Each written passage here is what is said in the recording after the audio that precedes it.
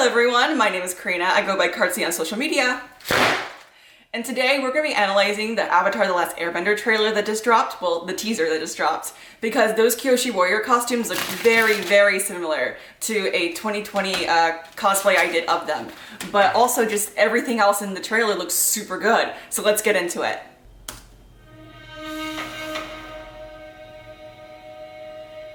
Time. The soundtrack. It's a funny thing. Ooh, carols. Glacier. The future. Ooh, guitars in here.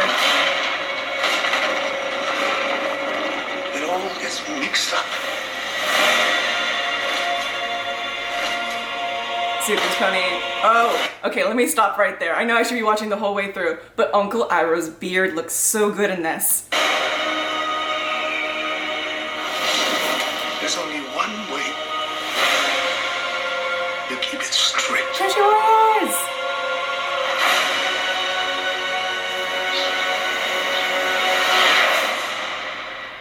Always remember who you are. I love how bright the colors are.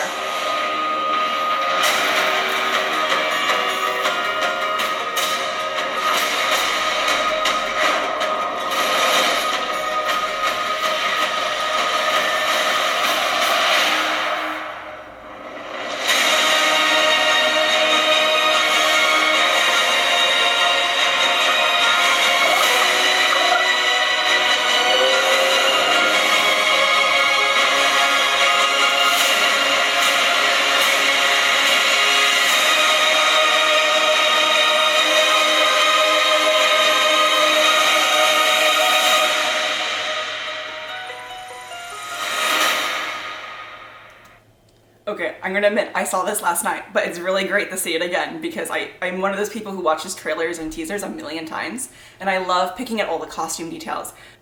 There's so much in this trailer. Like, I have to say, I think one of my favorite things about what I'm seeing is the hair and the makeup. Specifically the facial hair and a lot of the cultural hairstyles. Like you saw me before, Uncle Iroh's beard has so many like interesting layers. And I can tell that whoever did the hair and makeup styling really had a lot of fun like figuring out how to do this and make it like the blend between the cartoon world and realistically in history and like melding the two, which is really, really beautiful. But since I specifically want to talk about the Kyoshi Warriors, let's go to the Kyoshi Warriors because we only really have like a few second clip of them, which actually we got a lot of Kyoshi Warrior images, about like 4 of them. So the first picture we see of the Kyoshi Warriors is actually a promotional image that we see posted on the Instagram. And the biggest difference that you can see on her face is that they've included a little bit of yellow right into the nook of her eye, which I think is super interesting and really helps like her eye pop out. There's something like about that addition, and then also making the lip a darker color that makes you gravitate toward her eyes, which is super awesome. Also that crown, the way they've just put like the fans going on the forehead, that's beautiful. That's really all I have to say for this. I love it. I love how Suki's there. I love how they kept her little dangles and everything. The next clip we got was this shot with Suki and Sokka. So obviously Sokka's gonna get to put on this Kyoshi Warrior outfit, which is gonna be really fun to look at. What I find most interesting about this shot is that we can see the texture on the armor. And this is one thing I wasn't able to do with my own cosplay back in 2020 because I was working with Warblood and it's pretty flat material. And I wasn't really prioritizing texture since it was pretty much like my first time doing armor. But for this, obviously they've had time to develop this uniform for their characters. And this has to not only look cool on camera, work well with lighting like it's doing here with the texture, but also they have to think about making sure these costumes hold up to stunts, which is one of the things I'm going to circle back to later on. But just this texture is beautiful. Like it really adds, like, at least in this shot, adds to that shot. And it makes it feel like it really is armor. Final image, which is the image that gives us the most details about the costumes themselves, is this image right here. Although I have 2 images of this because they were doing their whole motion where they're like outward and then they go, right?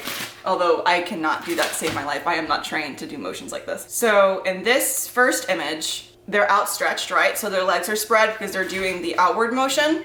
And because of that, we can literally see their hakama, which is the biggest thing that when I was designing my costume that I really wanted.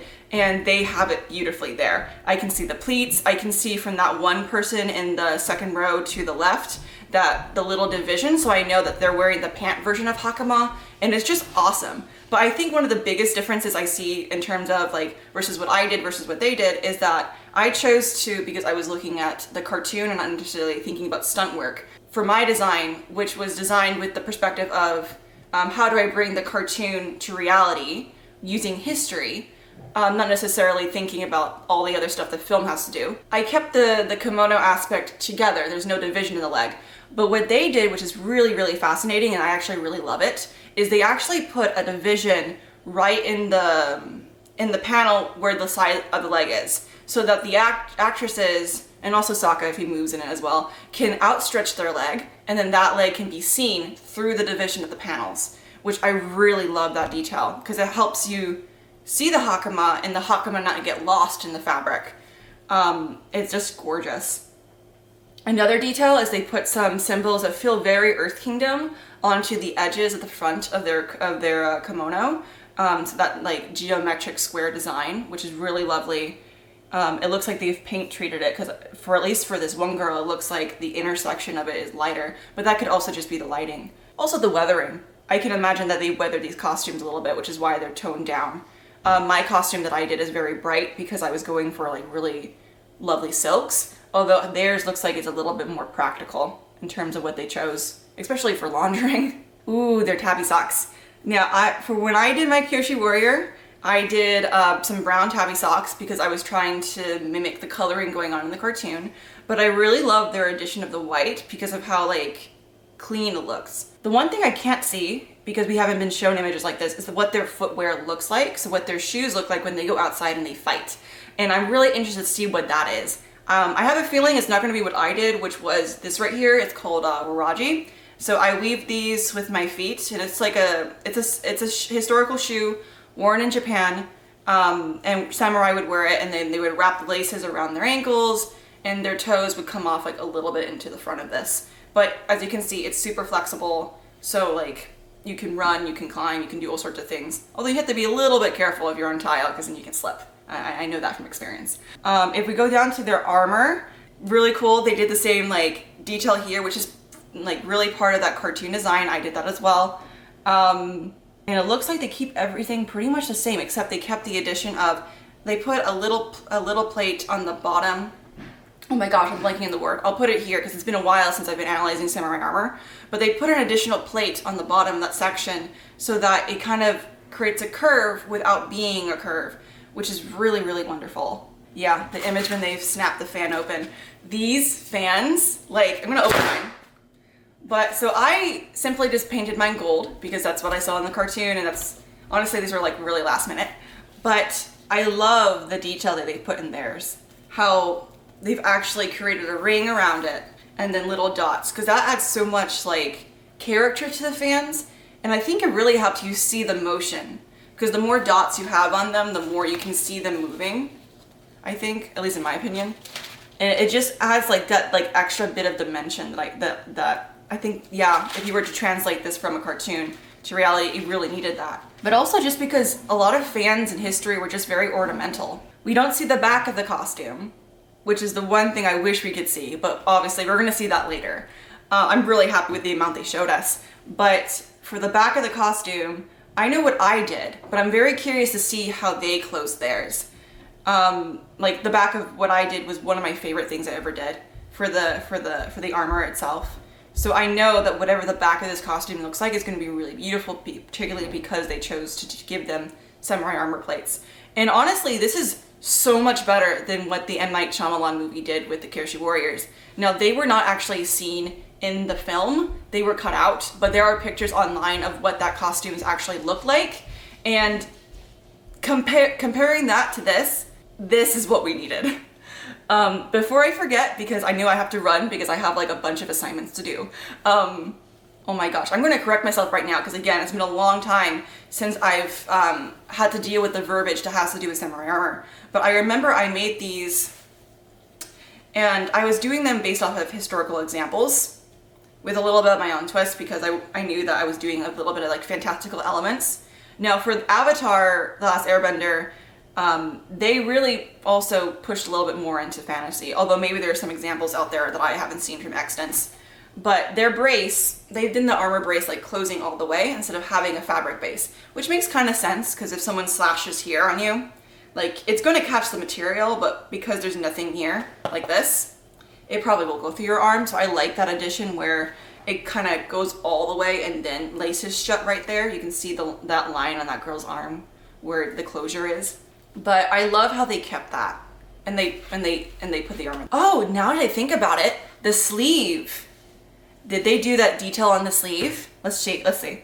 Because it looks like the sleeves that they did are pretty tight, and there's not a lot of volume in that sleeve. So from the picture with their arms extended, it looks like they did not increase the volume here, like keeping this like kind of bagged out.